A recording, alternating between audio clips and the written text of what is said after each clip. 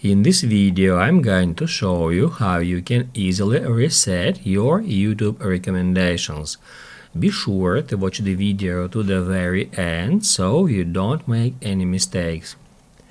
Let's get started, guys. I'm gonna show you all the process from the beginning, and first off, we need to open up YouTube app. Make sure you are signed into your YouTube account and then tap right here where it says You. After that, tap at that gear and select your data in YouTube. After a couple of seconds, you will be taken to your Google account settings and data. You need just to scroll down until you find YouTube Watch History. And that's where you need to tap at Manage your YouTube Watch History.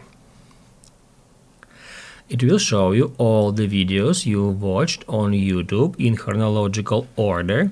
And basically, guys, to reset YouTube recommendations, we need to clear our search and watch history, because YouTube recommendations based on the videos you've searched and the videos you've watched.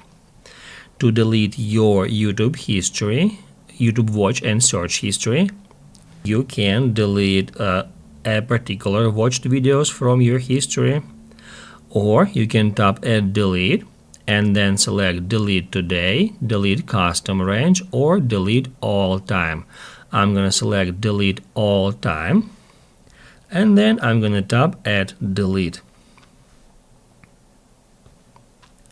Now down below here it says no activity. It means that we have just cleared our entire watch history, and if we check search history, we'll find out that we have just cleared search history too.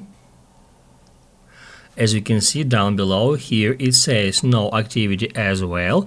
And basically, guys, that's how we can easily reset YouTube recommendations on an iPhone and Android. If this video helped you out, don't forget to hit the like button.